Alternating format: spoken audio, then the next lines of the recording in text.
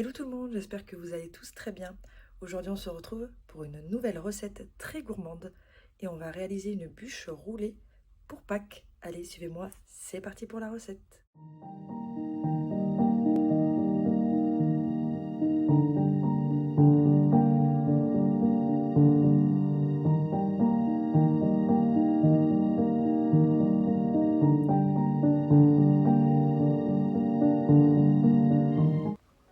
Dans un premier temps, dans la cuve de votre robot, vous allez mettre la crème liquide entière, donc minimum 30% de matière grasse.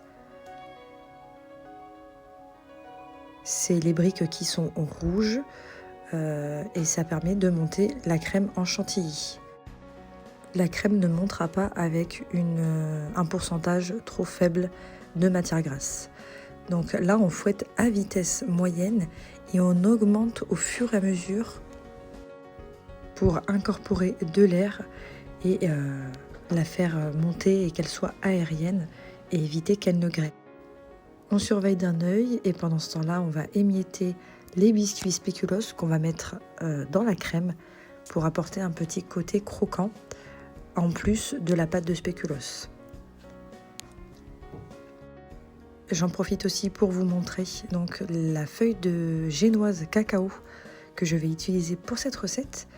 Elle vient du site Prêt à garnir, donc c'est un partenaire que j'ai depuis maintenant plusieurs années et je suis vraiment fan de leurs produits. Je vous mettrai le lien du site dans la description avec mon lien de parrainage. N'hésitez pas si vous avez des questions. Voilà, la crème a bien monté, donc elle doit être pas trop montée. Et donc on va ajouter donc de la pâte à tartiner spéculoos. Je prends la creamy, donc là je l'ai faite un petit peu chauffer au micro-ondes et je l'ai laissée refroidir pour surtout pas faire d'écart de température. Donc je verse la pâte de spéculoos sur la crème et on va mélanger à la maryse délicatement, là c'est en accéléré.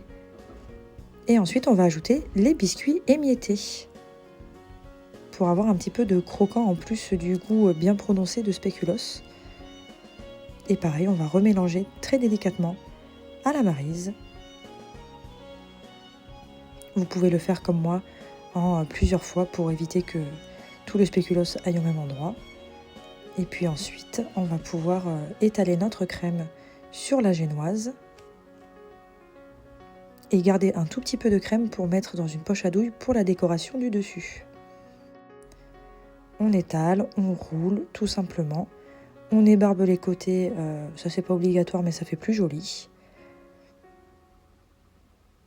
On peut aussi glacer avec de la pâte de spéculoos toute la génoise, c'est possible aussi. Mais moi je voulais faire une petite décoration assez simple et puis mettre aussi un peu en valeur cette belle génoise prêt à garnir.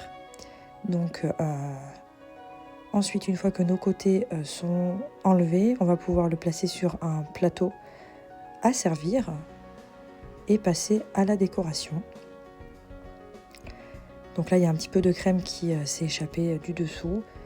C'est pas grave, on nettoie et puis on va pouvoir mettre le restant de crème, comme je vous disais, dans une petite poche. Moi, j'ai mis une douille un peu cannelée, crantée.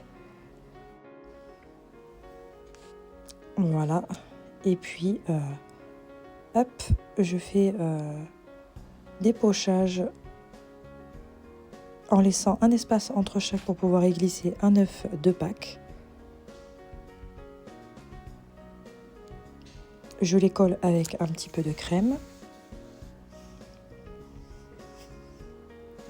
Et puis voilà, ben c'est déjà prêt, hein. Il n'y a plus qu'à se régaler.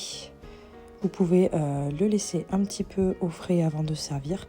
Pas trop longtemps quand même, parce que la crème pourrait sécher un petit peu. Mais quelques heures avant, il n'y a pas de souci. Et puis voilà le résultat.